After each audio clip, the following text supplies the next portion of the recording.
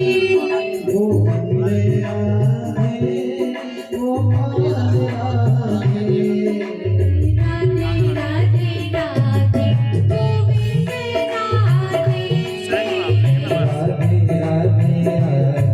वो मेरा है।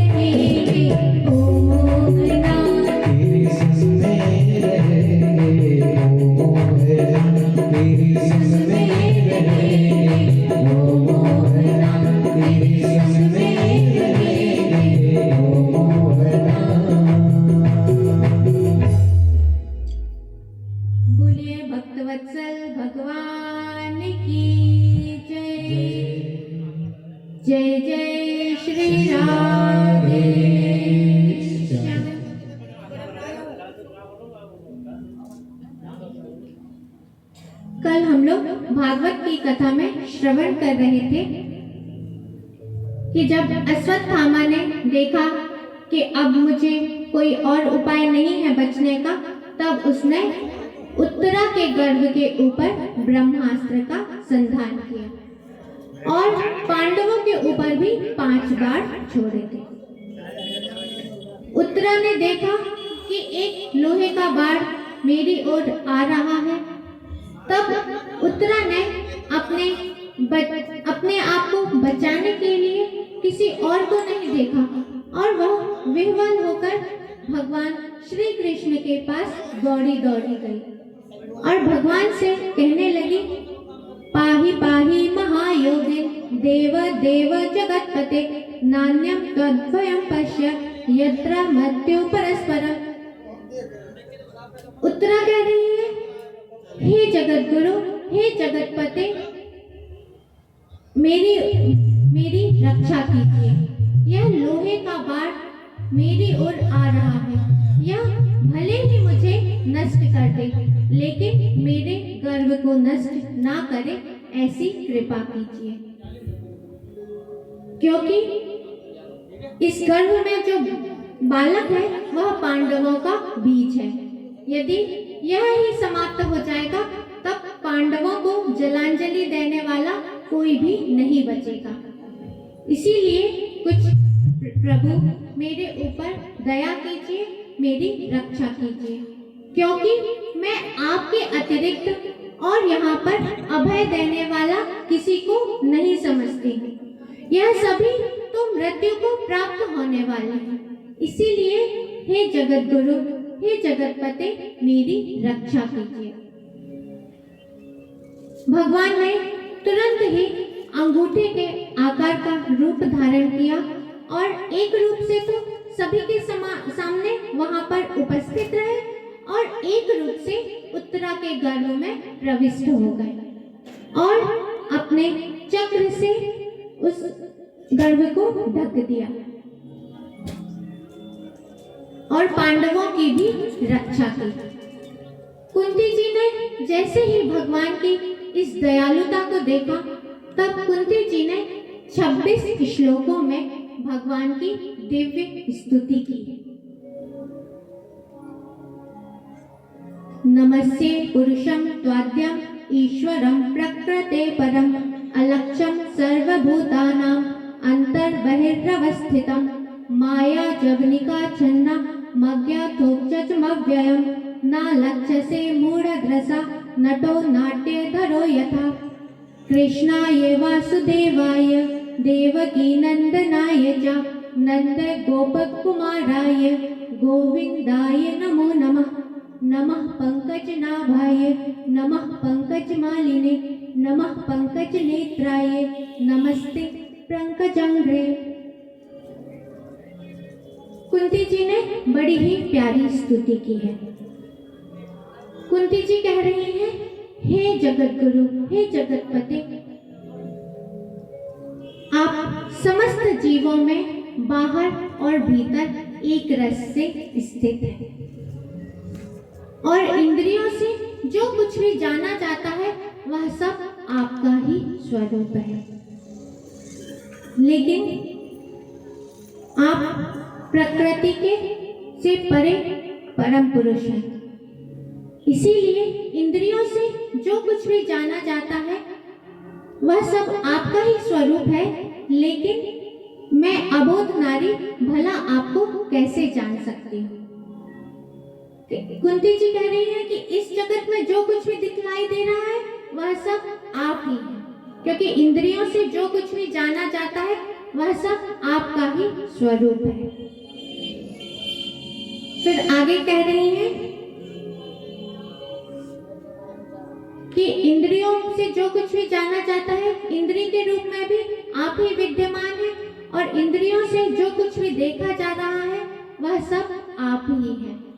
जैसे आंखों से अपन भगवान को नहीं देख सकते क्योंकि यह जो जगत है यह है नहीं, लेकिन दिखलाई देता है और वास्तव में है क्या, भगवान ही है। जो कुछ भी दिखलाई दे रहा है वह सब आपका ही स्वरूप है।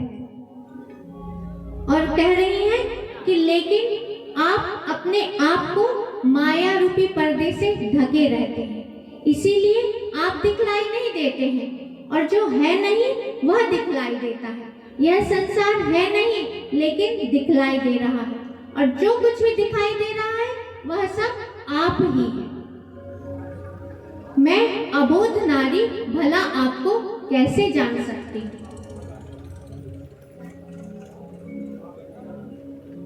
कह रही हैं श्री कृष्ण वासुदेव, मैं आपको प्रणाम करती हूँ। आप देवकी नंदन, नंद नंदन, यशोदा नंदन को मैं बारंबार नमस्कार करती हूँ।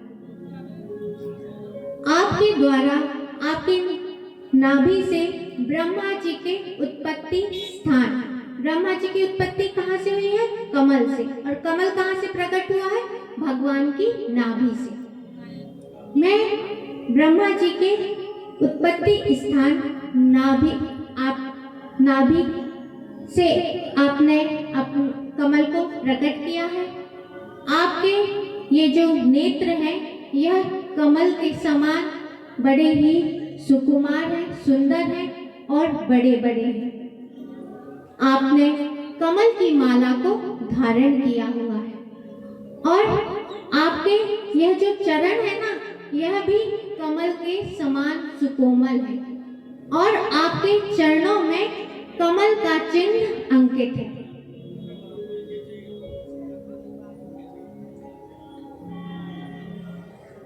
और कह रहे हैं कि प्रभु, आप जैसा आपने कंस के कारागार में बंदी देवकी की बहुत दिनों तक रक्षा की है, वैसे ही आपने मेरी और मेरे पुत्रों की अनेक विपत्तियों में रक्षा की है। कहाँ तक गिनाऊं? जब भीम को विष दिया गया था, दुर्योधन ने भीम को विष दिया था मारने के लिए बचपन में, तब भीम को कौन बचाने के लिए आया था? आपने उसकी रक्षा की थी। जब लाक्षा भवन में पांडवों को जलाया जा रहा था, तब किसने रक्षा की थी? आपने रक्षा की थी। वनवास के समय हिडिंब आदि दैत्यों से किसने रक्षा की? आपने रक्षा की। दूध सभा में जब द्रौपदी की लाज जा रही थी, तब द्रौपदी की रक्षा किसने की थी? आपने की थी।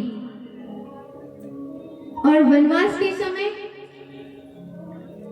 ऋषियों से भी के शाप से भी आपने ही हमारी रक्षा की है, क्योंकि जब विपत्ति होती है तब आप साथ में होते हैं, और जब आप साथ में होते हैं और आपका एक बार दर्शन हो जाता है, तब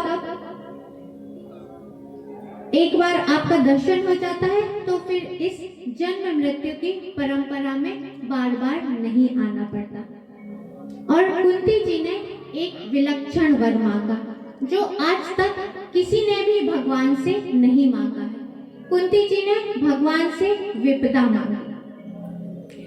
विपदा संतो न सस्वत तत्र तत्र जगद्गुरु भवतो दर्शनम यस्या अपपुनर्भव दर्शनम।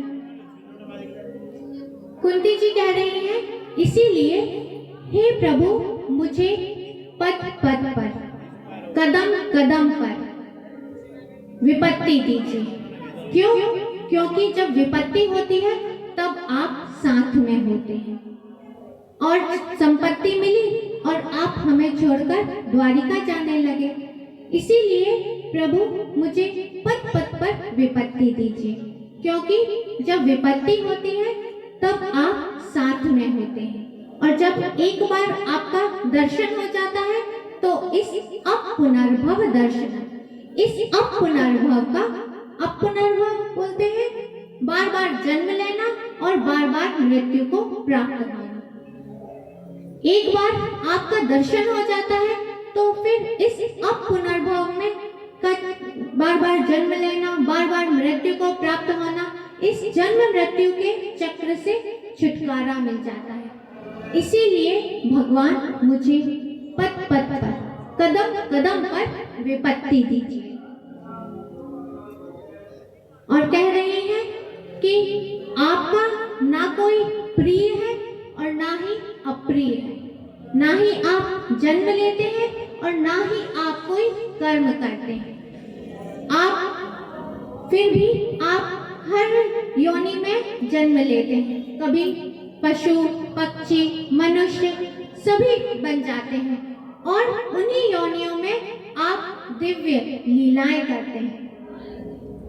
कहाँ तक गिनाऊं?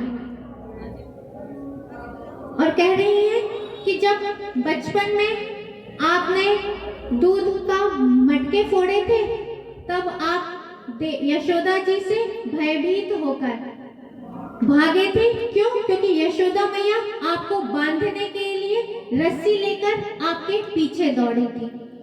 उस समय आप इतने भयभीत हो गए थे कि आपकी जो ये आंखें हैं ना, इनसे अश्रु की धारा बहने लगी थी, जिसके कारण आपके आंखों में जो काजल लगा था वह आपके कपोलों तक बहकर आ गया था। उस आपकी लीला को याद कर कर मैं भ्रमित हो जाती हूँ, क्योंकि आप ऐसी लीला कर रहे हैं जिसके भय से भय भी भयभीत हो जाता है। काल भी जिसके भय से भयभीत रहता है, वही आप यशोदा मैया के हाथ में रस्सी देखकर ऐसे भयभीत हो रहे हैं। यह सब आपकी लीला नहीं तो और क्या है?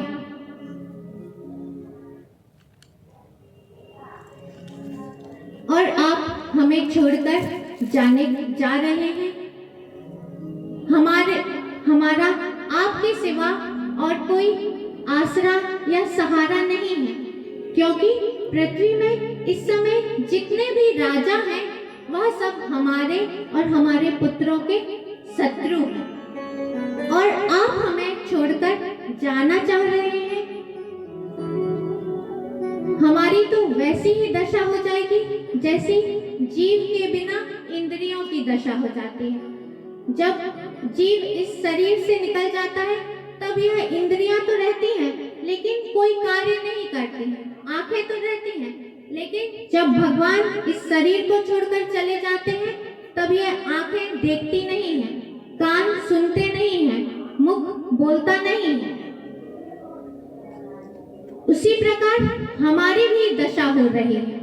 आप हमें छोड़कर द्वारिका चले जाएंगे तो हमारी और हमारे पुत्रों की और यदुवंशियों की यही दशा हो जाती है। भगवान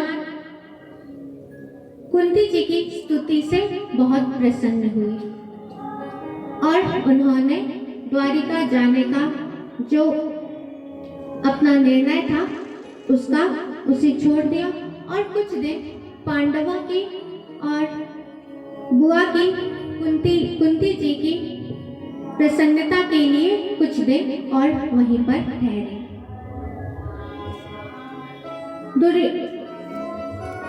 युधिष्ठिर जी को बड़ा ही अवसाद हो रहा था कि मेरे कारण 18 अक्षौणी सेना का संहार हुआ। मैंने संपत्ति के लिए इतने जीवों की हिंसा की, मैंने अपने गुरु से द्रोह किया, अपने सगे संबंधियों से द्रोह किया, चाचा ताऊ गुरुजनों सभी से मैंने द्रोह किया। किस लिए? संपत्ति के लिए। इसीलिए युधिष्ठिर जी को बड़ा ही अवसाद हो रहा था, जबकि उन्हें भगवान श्री कृष्ण ने समझाया, कुंती जी ने समझाया, व्यास जी ने समझाया, लेकिन उनका विषाद दूर नहीं हो रहा था। उन्हें यह ज्ञात था कि यदि राजा धर्म युद्ध में शत्रुओं की हत्या करता है तो उन्हें दोष नहीं लगता है। फिर भी इन वेद के वचनों से उन्हें शांति नहीं मिल रही थी, उनका विषाद दूर नहीं हो रहा था। सभी ने समझाया लेकिन उनके दुख को दूर कोई नहीं कर पा रहा था।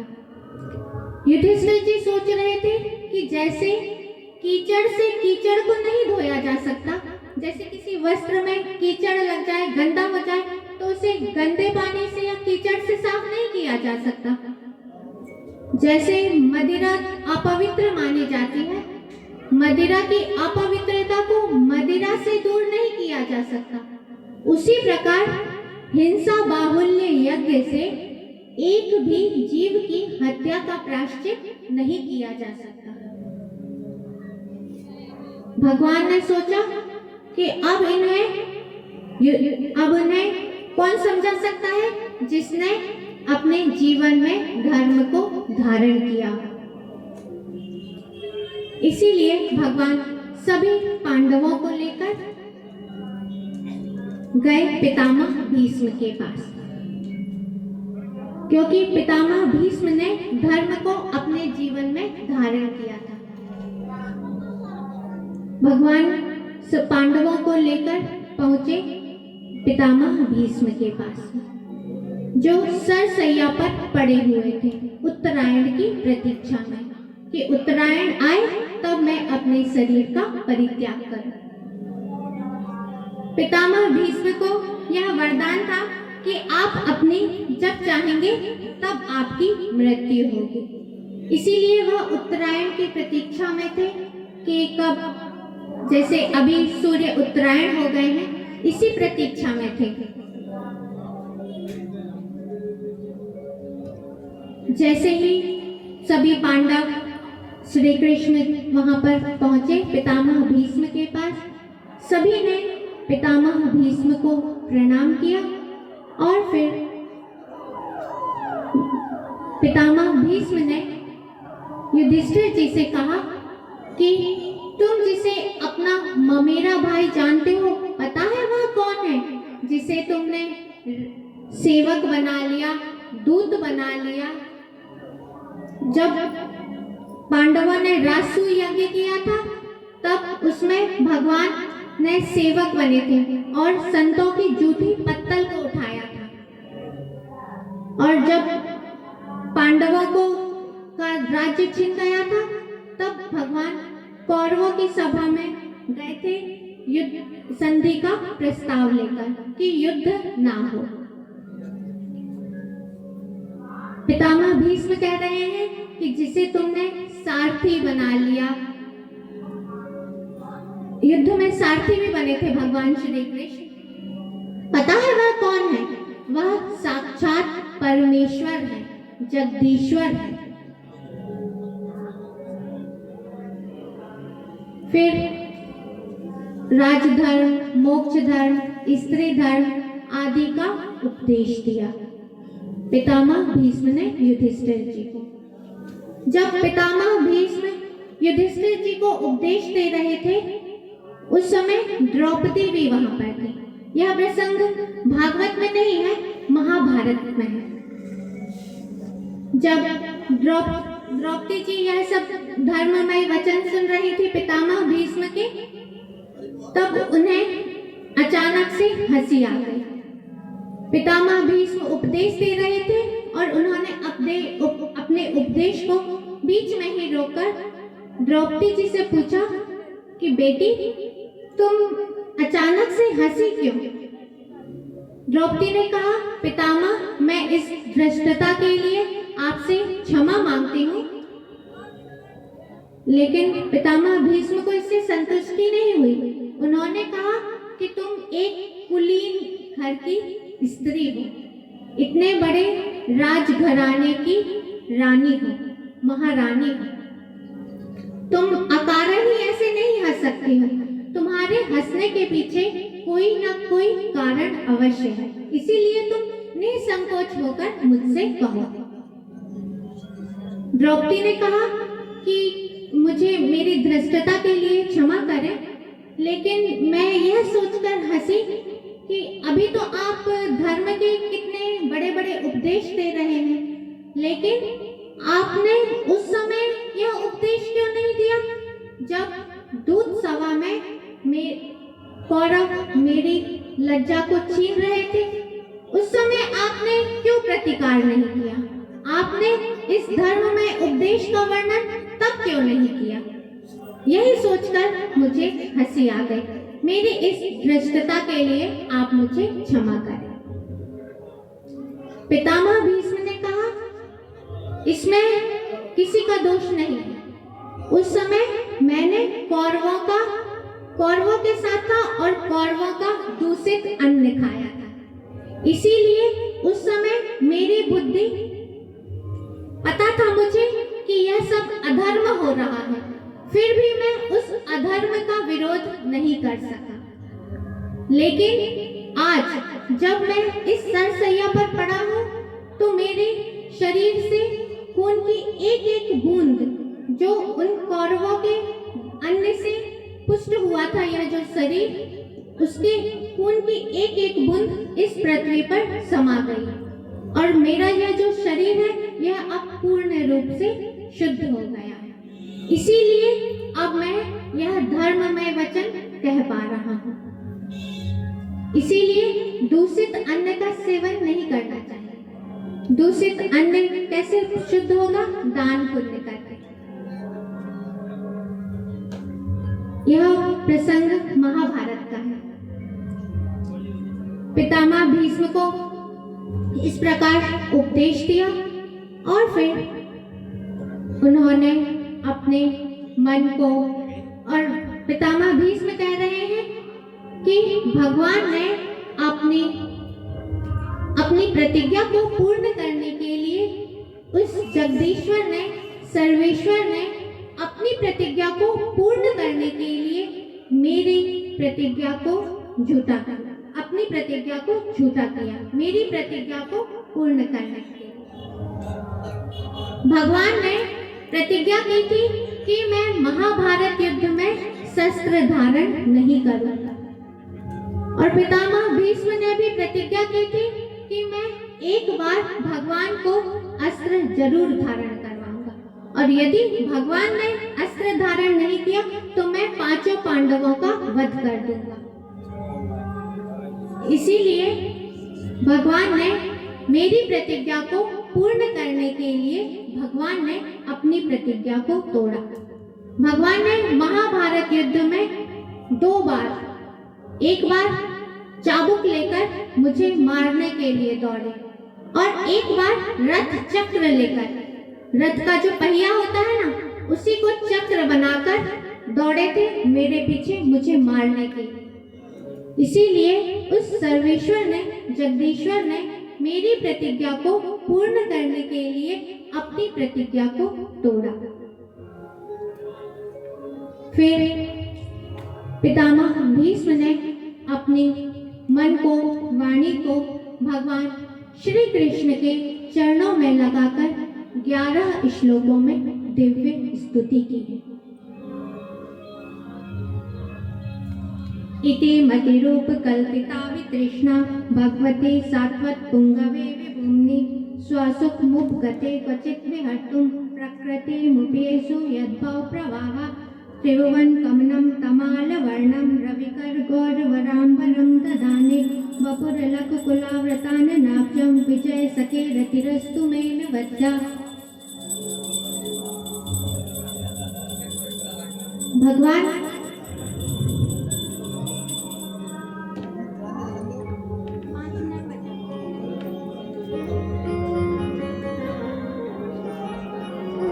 पितामह भीष्म कह रहे हैं, मैंने अपनी बुद्धि को जो अनेक प्रकार के साधनों का अनुष्ठान करने से शुद्ध हो गई है, सात्वत शिरोमणि भगवान श्री कृष्ण के चरणों में समर्पित करता हूं। बोलिए भक्तवत्सल भगवान की जय। पूज्य सद्गुरुदेव भगवान की जय।